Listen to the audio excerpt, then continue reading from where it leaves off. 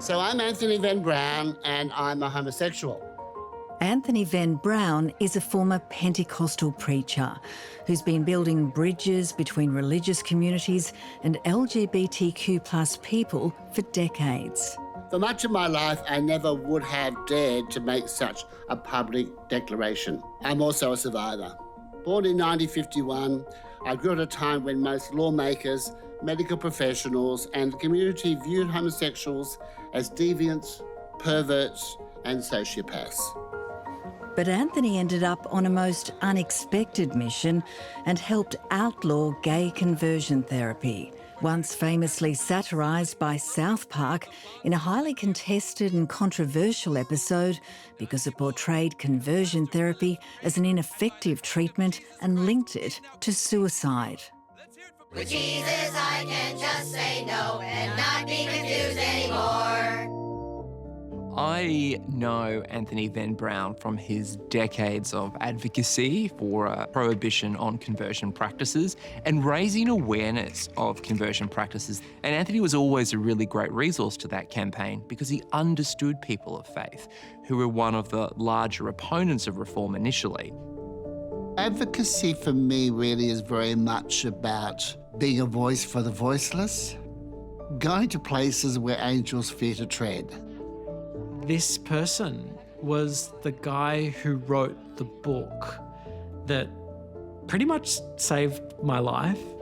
Anthony himself is a survivor of conversion therapy. I remember being told that no one is born gay.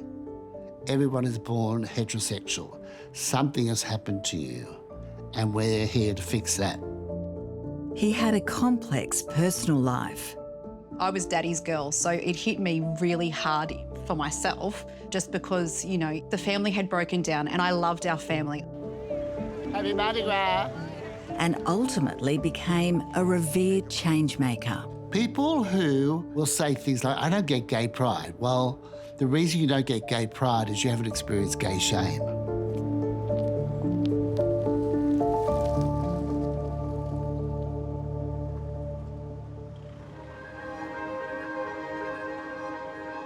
After years of lobbying and debate, historic New South Wales laws banning gay conversion therapy were passed by the Labor government. Anthony Venn-Brown was here at State Parliament to celebrate. The outcomes of these practices are tragically predictable. That's why the legislation and program being launched today are so vital. Some will argue that this legislation infringes on religious freedoms or parental rights, but it's not anti-religion. This is about ending the well-documented harm and protecting vulnerable LGBTQA people. Now begins the process of turning these new laws into practice. This legislation seeks to ban practices that are ignorant and disrespectful. Those practices say that people in the LGBTQA+ community are broken. They're not broken. They don't need fixing. Over a decade ago, I worked with Anthony to pass a motion through the Legislative Assembly condemning conversion practices. We worked with Anthony and other survivors of conversion practices, Equality Australia and other advocacy groups to get the bill drafted. Let us be clear, this is a proposed ban on speech, on religious freedoms and on parental authority. For years, aspects of the bill were challenged, with opponents fearing a parent's right to guide their child would be hindered. Nobody had any qualms about banning those particular practices. That had unanimous support across the chamber.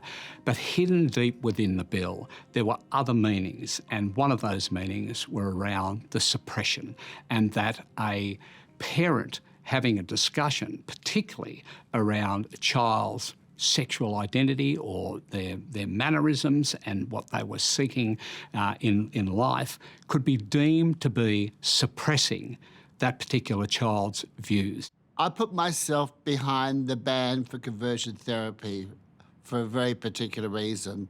Number one, I've been spending years working with thousands of conversion therapy survivors. So if anybody in Australia knew about the impact that this had had, not only on people's mental health, but also on their attempts at suicide and suicides themselves, how could I step back and just ignore all these stories that I had heard? I had to do something. Anthony has come a long way from where he grew up in Sydney's Hunters Hill in the 50s. My dad, he was the trainer of the servers in the church and also in Hunters Hill. Actually, our life revolved very much around the church. Though Anthony had been raised in the Anglican church, as a teenager he became attracted to Pentecostalism. It began with going to the healing service at St Andrew's Cathedral, which was known to there be speaking in tongues. But then a church started in Tarramurra called Faith Centre, and it was probably Sydney's very first mega church. I think from that point on, I was pretty well sold that I was not to go back to a dry liturgy or boring sermons, that I was going to go to a church that had some life and exuberance, and it was exciting. At the same time, Anthony's teenage years in suburbia also held a secret and troubling side as he struggled with same-sex attraction. In the 60s, the only option for me was this anonymous sex with people in parks. And so, you know, seeking that out started to make me really, really depressed, because afterwards I didn't feel better, I felt worse. And so I prayed to God and everything, and nothing would happen. But then it just got so bad at one point that I decided that I would take my life. It had been on my mind a few times, but, you know, when I mentioned that to the next door neighbour, who I got along very well with, she was a nurse, she said, "You've got to tell your mother." Then I started seeing a psychiatrist. At that time in Sydney, aversion therapy was happening with the infamous Dr. Neil McConaughey. Dr. Neil McConaughey was an Australian psychiatrist, well known for leading gay aversion therapy. He practiced in Sydney in the 60s and 70s. These types of therapies used electric shocks or nauseating drugs to inhibit so-called deviant urges. But there was also religious conversion therapy without the electric shocks or drugs. At that time, homosexuality was illegal. People were being institutionalised, people were being imprisoned, and people were experiencing aversion therapy. So I narrowly missed aversion therapy, which was actually happening in Sydney at that time. I went to a psychiatrist who was into talk therapy. At 21, as a Christian who saw homosexuality as unnatural and wrong, he voluntarily put himself in a Pentecostal residential home to be fixed. Initially, when I went through that residential program in 1972, I remember being told that no one is born gay. Everyone is born heterosexual. Something has happened to you, and we're here to fix that. I was told it would take about 2 years for me to become straight, and that I had to do things like change spark plugs in a combi, change the oil, mow the lawns. Everything was outside the house because they were male jobs. I couldn't do any cleaning inside, I couldn't do any cooking. They were female jobs. And also, I told what to wear, very, very boring beige. And at that stage, bikini underwear had become popular. And that's what I had. But I told all homosexuals like bikini underwear. So all that was removed, and I had to wear white fronts and very, very boring clothes. This was all to get rid of the gay in me. At this time, Anthony also underwent deliverance, otherwise known as exorcism. Normally your head doesn't turn around on your shoulders, but There can be lots of coughing, spluttering, screaming, very, very outward signs that something is going on. I was told that I need to keep breathing in, expelling the demon. Of course, what was happening was I was expelling myself with oxygen and my hands started to tingle. I thought, oh my God, this is happening, the demon's there. But it actually I was hyperventilating. And then, of course, they put down some newspaper in front of me because you would cough up the spirit or spit out the spirit or something rather like that. And the idea was that if you stay in this long enough and you're not exposed to temptation, that eventually the natural heterosexuality will begin to rise and take over. And part of the program was to ensure that you had no pride. And so there were times when I was humiliated in front of the church there. After 6 months, he left religious conversion therapy ostensibly fixed. Now a straight man, Anthony moved to Orange for a new start. When I was in the church in Orange, it was only a little small church, maybe about 60 people. There weren't really any young people. And suddenly this lovely young girl arrived from New Zealand to live with her parents. And so she started coming to the church, and Pentecostals are well known for their matchmaking. So here was my future wife and myself. Obviously, we are going to get together and we're going to get married. Maybe if I get married, that will be the answer. Anthony married Helen in 1974. It was a busy period in his Christian life as a minister. The couple had 2 daughters and eventually settled on the New South Wales Central Coast. Always a step of faith. Sure, there are many of you here this morning who could get up and give testimony that you have discovered yourself that God's word works in that when we give to God. Well, this has been up here for how long? Well, I mean, the boardwalk. Yeah. Since the beginning of time, Dad. The boardwalk. Oh, right. Sorry, I thought you meant the rock face. I was like... He wasn't like a traditional preacher. Dad was what they called an itinerant minister, which meant he did lots of travel. So my earliest memories are really not having Dad around all that much. He was away about 6 months of the year. So he was very absent, but it wasn't a problem because when he'd come home, it would just be so much fun. So that whole, quality versus quantity thing was a real thing in our family. It was during these years of married life that Anthony was secretly meeting men. Well, it was 1991. I was about to turn 40. Textbook midlife crisis. I met a guy. Jason was a very attractive man and came back to my motel. And for the first time in my life, I had numerous sexual encounters previously, but the first time in my life, I experienced a connection. I didn't know this thing actually existed. He had awakened within me my real self, the gay self. But Anthony's secret was exposed and his world imploded. His church forced him to admit his guilt to the congregation and step down as a minister. I ended up having to do a public confession in front of church of 600 to 800 people and resign from the ministry, which of course was devastating. And I remember holding on to the pulpit because I felt at any minute I was going to collapse on the stage. And I had been told by the Assembly of God leadership, don't mention homosexuality. Don't mention it. So I just very briefly just talked about, I had committed adultery, I'd been unfaithful to my wife, and I was asking the church for forgiveness and forgiveness of God, and, that I was resigning from the ministry.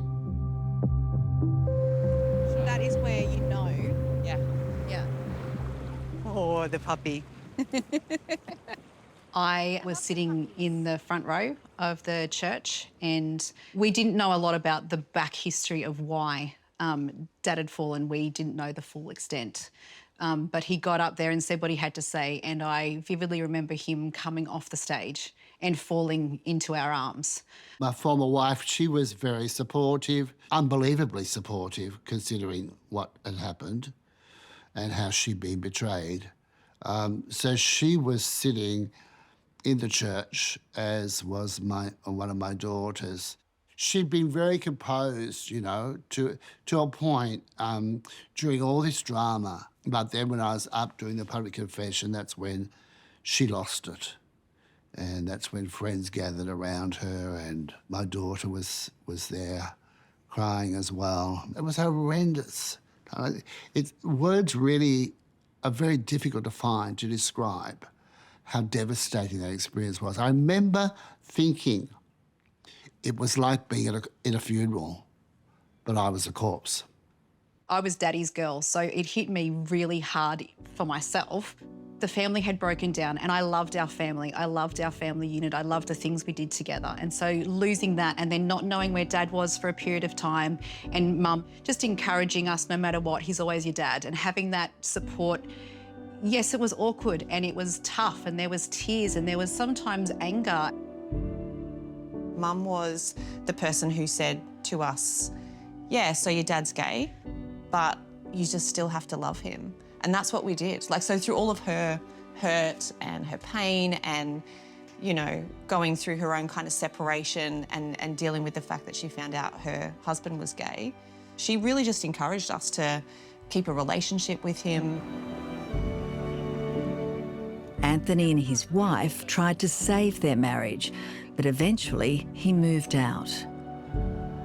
So I remember not long after Dad came out, and we were sitting in class doing English, and a lot of the authors that we were reading were gay.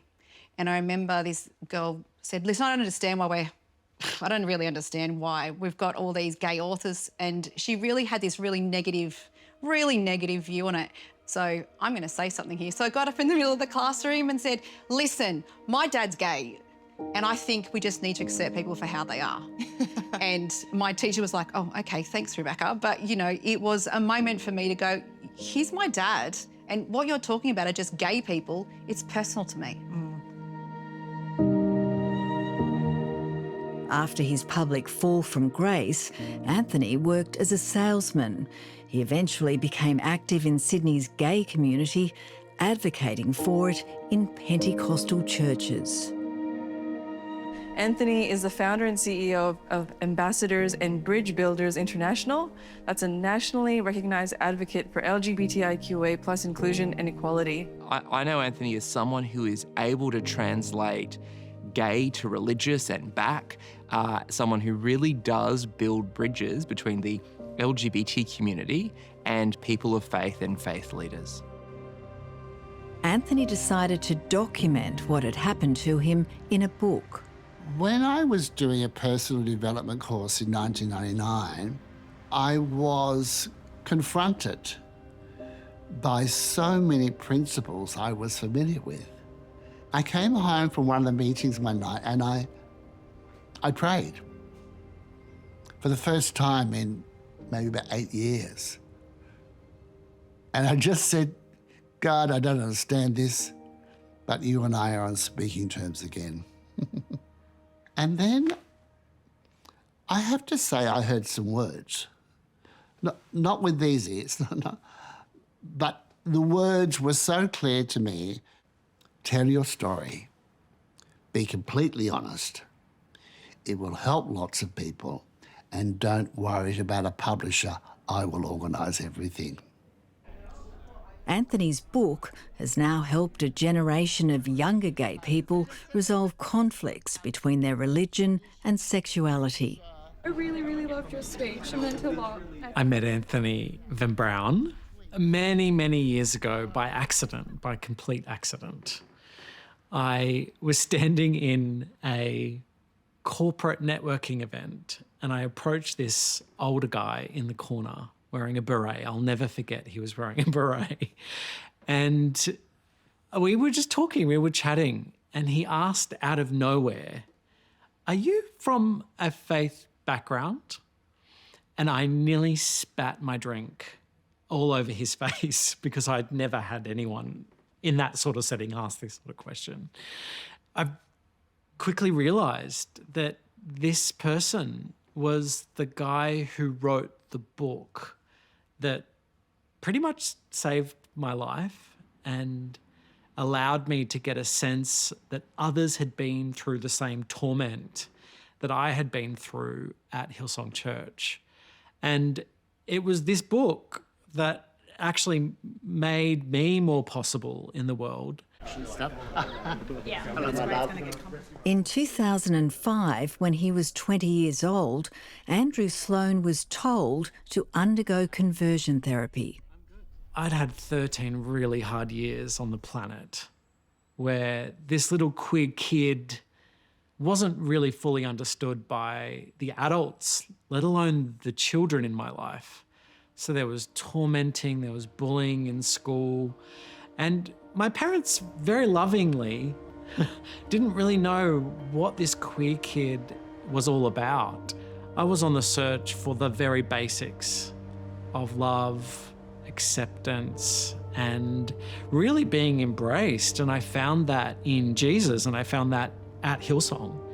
So I, was kind of celebrated. I was given so much responsibility to be a part of the youth choir, and I conducted the choir. I sang on albums for Hillsong Church.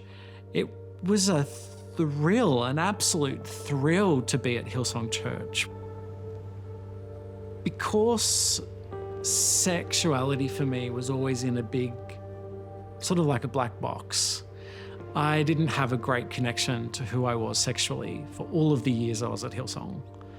And as my eyes were opened to other people's experiences of same-sex attraction inside of the church, I realized that I had a fundamental flaw or problem.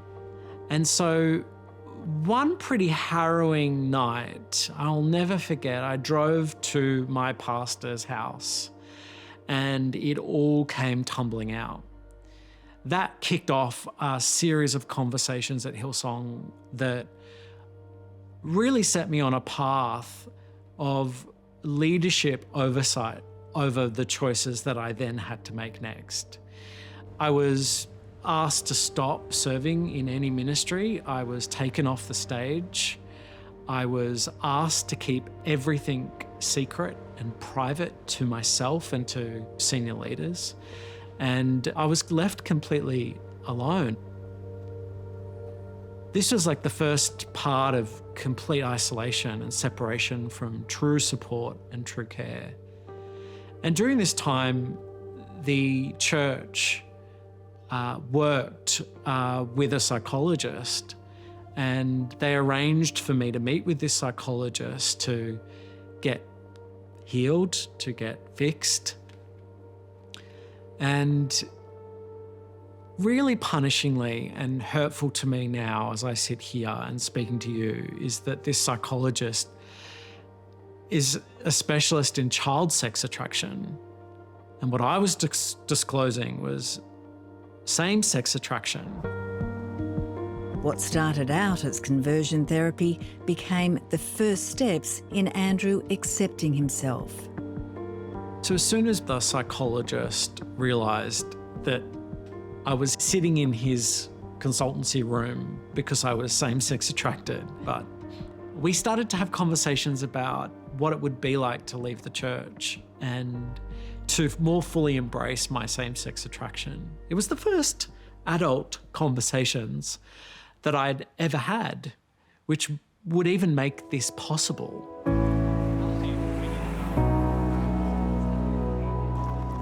Although Hillsong officially denounced conversion therapy in 2010, today most churches still don't fully accept LGBTQ+ people. In the last few years, multiple Baptist communities were expelled for recognising them as full members of the church. This church is a church where all are welcome. For the first time in the church's 96-year history, it's no longer affiliated with the Baptist Association of New South Wales and the ACT. Delegates from member churches voted yesterday on whether to remove Canberra Baptist Church and Newcastle's Hamilton Baptist Church over their pro-same-sex marriage stances. Of 250 delegates, 2/3 voted in favour of de-affiliation. However, at Sydney's Gay and Lesbian Mardi Gras Fair Day, all are welcome, whether religious or not. Oh my God, the Quakers. Oh, we love the Quakers. Do you know that? We love you. Because you have been probably the most progressive Christian group in history around LGBTQ issues. I love Fair Day because it is such a microcosm, you know, like, it is a whole tribe. It's not just the party people, it is families, it is children, it is mums and dads, it's relatives, you know, it's boyfriends and girls, everybody is there, and lots of dogs. One of the things that I've learnt over the years is that essentially when you look at the Jewish faith, or you look at Islam, and the issue of LGBTQ people, our community and our relationships, that the perceived conflicts are pretty much the same. As someone who's gone through conversion therapy, who's gone for training in ministry, who's done while a lot of focus on so many negatives in the church, but for me, I can't live without my Catholic faith. It's challenging, and as you know, for some people, you know, it is such a torturous journey that the religious suicides, we don't have the numbers, but it is above the average of LGBTQ people. And while gay rights in Australia seem stable for now, the world is a volatile and uncertain place. In Australia, we are different to the US, but we're also human. But I think that we have the checks and balances in place to ensure that we do not have a rollback of the hard-won rights and responsibilities that we won in Australia. And we need to just always be very, very conscious. The price of freedom is eternal vigilance.